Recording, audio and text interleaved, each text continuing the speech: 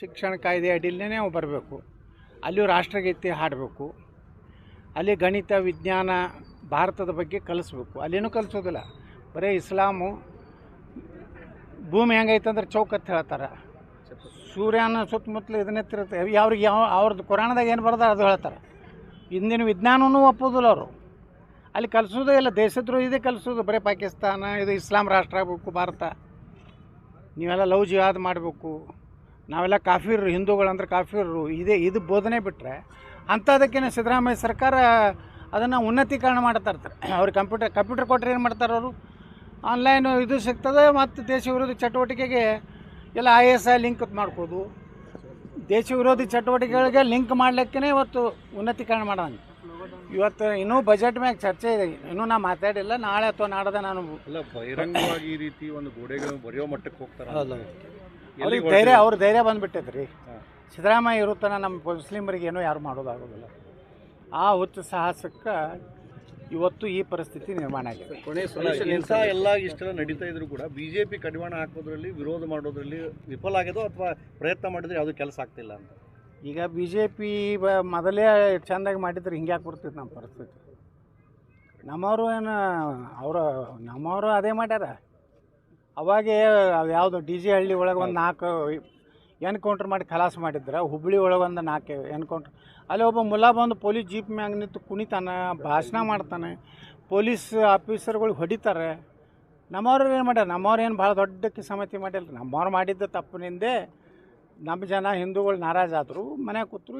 ಈ ಕೆಟ್ಟ ಸರ್ಕಾರ 136 ಬರ್ಬೇಕಾದ್ರೆ ನಮ್ಮ ಆಗಿನ ಬೇಸರ ನಮ್ಮ ಹಿಂದೂಗಳಿಂದಲೇ ನಾವು ಸೋತಿದ್ದೀವಿ ಹೊರತು ಇದಕ್ಕೆ ಯಾರೂ ಕಾರಣ ಅಲ್ಲ. ಸರ್, ಈಗಲೂ ಹೋರಾಟಗಳನ್ನ ಕೈಗೆತ್ತಿಕೊಡ್ತಿಲ್ಲ ಮಾಡ್ತೀವಿ. ಈಗ ನೋಡಿರಿ, ನಾವು ವಿಧಾನಸಭೆಯಲ್ಲಿ ಪ್ರಯತ್ನ ಚಾಲೂ ನಾವು ಮಾಡಿದ್ದೀವಿ. ನಾವು ನೇರವಾಗಿ ನಾವು ಒಬ್ಬನ ಬಿಟ್ಟರೆ ಯಾರೂ ಮಾತಾಡೋದಿಲ್ಲ.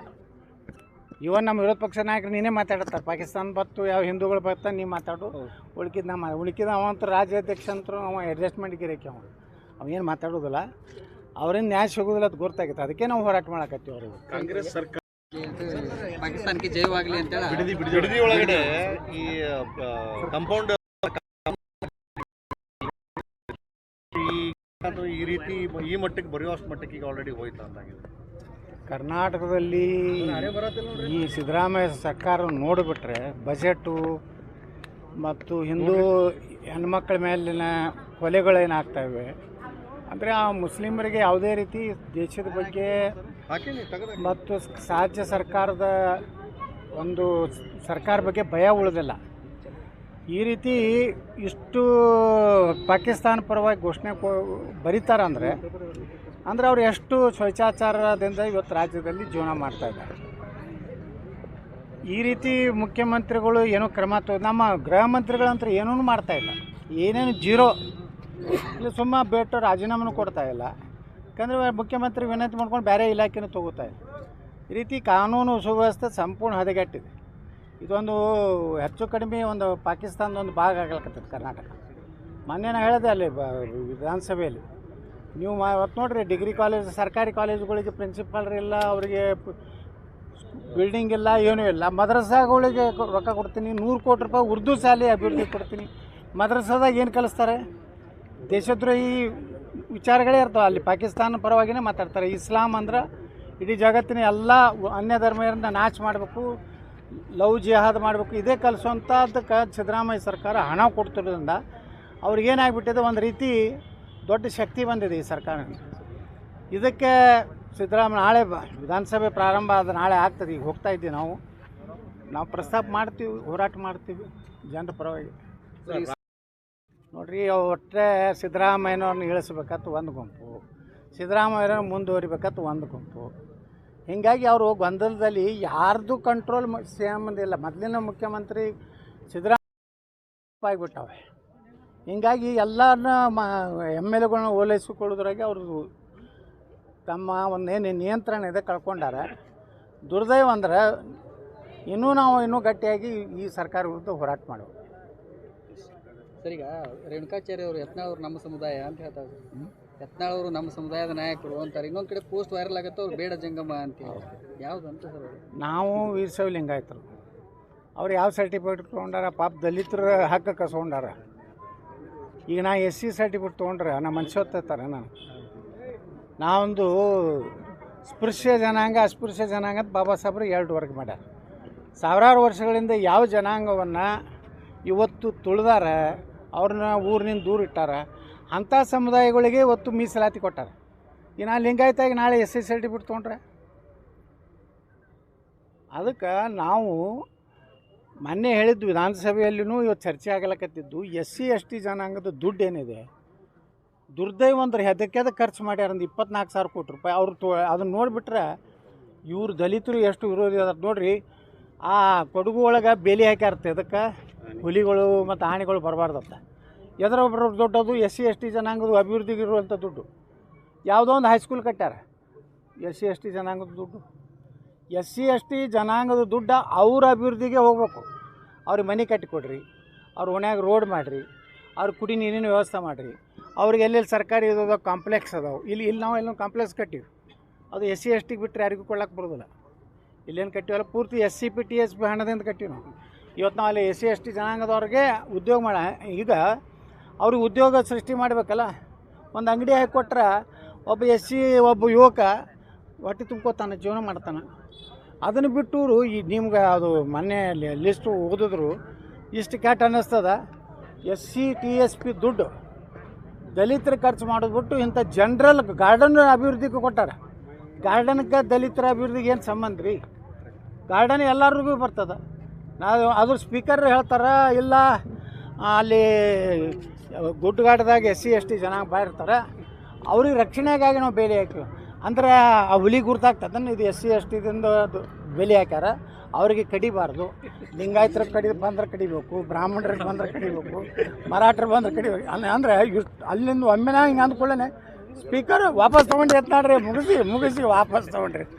ಅಂದರೆ ಯಾವ ರೀತಿ ಕಾಂಗ್ರೆಸ್ನಾಗಲಿ ದಲಿತರ ಮೇಲೆ ಇವತ್ತು ನೋಡಿರಿ, ಮುಸ್ಲಿಮ್ದು ಯಾವುದೇ ಫಂಡ್ ವಾಪಸ್ ತೊಗೊಂಡಿಲ್ಲ ಮತ್ತು ದುರುಪಯೋಗ ಮಾಡ್ಕೊಂಡಿಲ್ಲ. ಅವ್ರಿಗೆ ಹೆಚ್ಚು ಕೊಟ್ಕೋತ ಹೊಂಟಾರ.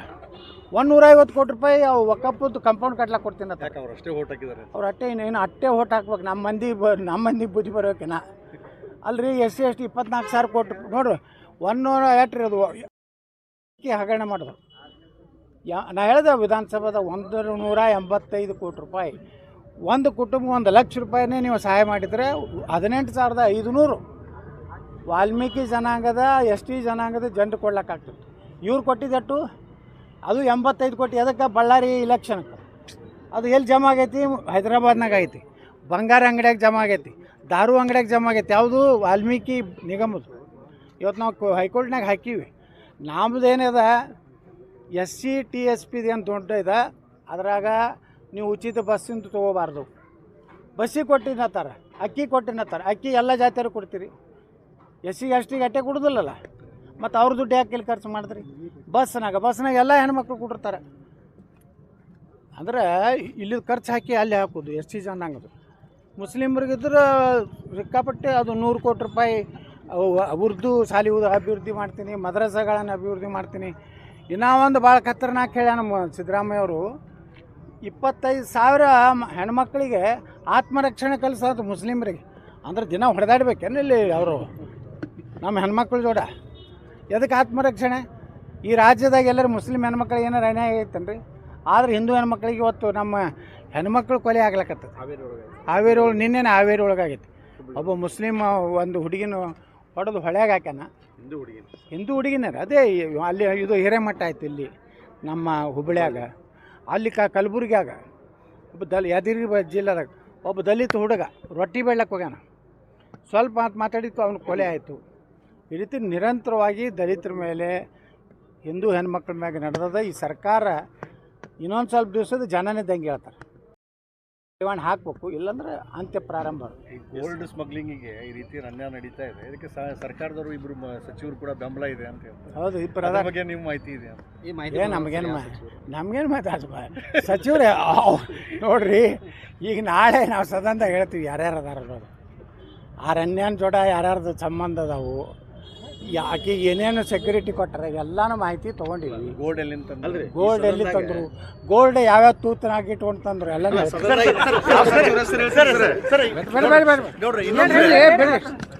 ಈಗ ಗೋಲ್ಡ್ ಏನದಲ್ಲ, ಗೋಲ್ಡ್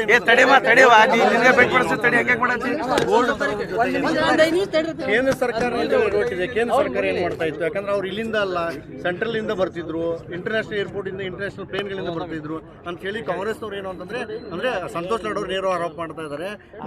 ಸಂತೋಷ್ ಲಾಡ್ ಅವ್ರಿಗೆ ಹೇಳ್ತೀನಿ, ಯಾರೇ ತಪ್ಪು ಮಾಡೋದು ಕೇಂದ್ರದಾಗಿರೋ ಅಧಿಕಾರಿಗಳು ತಪ್ಪು ಮಾಡಿದ್ರೆ ತಪ್ಪೇ ಅಲ್ರಿ. ನಾವೇನು ಸಮರ್ಥನೆ ಮಾಡ್ಕೊಳಕತ್ತೇವೆ ಬಿ ಜೆ ಪಿ ಯಾರು ತಪ್ಪು ಮಾಡೋದು ಅವರು ನೋಡ್ರಿ, ಅಲ್ಲಿ ಸೆಂಟ್ರಲ್ ಇವ್ರು ಇರ್ತಾರೆ ನಮ್ಮ ಕಸ್ಟಮ್ದವರು, ಅವ್ರು ತಪ್ಪು ಮಾಡಿದ್ರೆ ತಪ್ಪಿಲ್ಲ, ಅವ್ರನ್ನೂ ಸಸ್ಪೆಂಡ್ ಮಾಡಿರಿ, ಅವ್ರನ್ನೂ ತನಿಖೆ ಮಾಡಿರಿ. ನಮಗೆ ಎಲ್ಲರಿಗೂ ನ್ಯಾಯ ಸಿಗ್ಬೇಕಾಯ್ತು. ಕೇಂದ್ರ ನಾವು ರಕ್ಷಣೆ ನಾವು ಮಾಡ್ಕೊಳ್ಳೋಕೆ ತಯಾರಿಲ್ಲ. ನಮ್ಮ ಮಂತ್ರಿಗಳೇನೋ ಇನ್ವಾಲ್ವ್ ಇಲ್ಲ, ಅಧಿಕಾರಿಗಳು ಅದಾರ. ಆ ಕಸ್ಟಮ್ದವ್ರು ಸರಿಯಾಗಿ ನೋಡ್ರಿ, ಮೈ ತುಂಬ ಹಾಕಿ ಬಂಗಾರ ಇಟ್ಕೊಂಡು ಬಂದಾಳ, ಮತ್ತೆ ಎಲ್ಲೆಲ್ಲಿ ತೂತದೋ ಅಲ್ಲಿ ಇಟ್ಕೊಂಡು ಬಂದಾಳ. ರನ್ಯಾಗೆ ನಿರಾಣಿ ಅವರು ಜಾಗ ಕೊಟ್ಟಿದ್ದಾರೆ. ಅವರೇ ಒಪ್ಕೊಂಡ್ರ ನಿರಾಣಿ ಅವರೇ. ನಾನು 12 ಎಕರೆ ಕೊಟ್ಟಿದ್ದು ಸತ್ಯ, ಆದ್ರೆ ಆ ಹೆಣ್ಮಗಳು ರೊಕ್ಕ ತುಂಬೆಲ್ಲತ್ತಾಳೆ. 10 ಲಕ್ಷ ರೂಪಾಯಿನೂ ಹೋಗೈತೆ, ಯಾವುದೋ ಒಂದು ಫೈನಾನ್ಸ್ ಇಂದ 10 ಲಕ್ಷ ರೂಪಾಯಿ ಹೋಗೈತೆ ಇರ್ಬೋದು, ನನಗೇನು ಗೊತ್ತಿಲ್ಲ, ಅದು ಏನೈತಿ ಗೊತ್ತಿಲ್ಲ. ಆದ್ರೆ ಒಂದು ಮಾತು ಹೇಳ್ತೀನಿ, ಈಗ ನಿರಾಣಿ ಅವರು ಅದು ಕೊಟ್ಟಿದ್ದು ಸತ್ಯ ಅಂತ ಅವರೇ ಒಪ್ಕೊಂಡ್ರೆ, ನಾ ಏನು ಹೇಳಿಲ್ಲ. ಆದ್ರೆ 12 ಎಕರೆ ಏನು ಅಲಾಟ್ಮೆಂಟ್ ಆಗೈತಲ್ಲ ಈ KIDB ಒಳಗೆ, ಅದು ದುಡ್ಡು ಕಟ್ಟಲಾರ್ದಕ್ಕೆ ಅದು ರದ್ದಾಗೈತೆ ವಾಪಸ್. ಯಾಕಂದ್ರೆ 12 ಎಕರೆದು ಯಾರೋ ಒಬ್ರು ಕೊಡ್ತೀನಿ ಅಂತ ಹೇಳಿದ್ರತ್ತ, ಅವ್ರು ಕೊಳ್ಳಾರ್ದಕ್ಕೆ ಯಾರೋ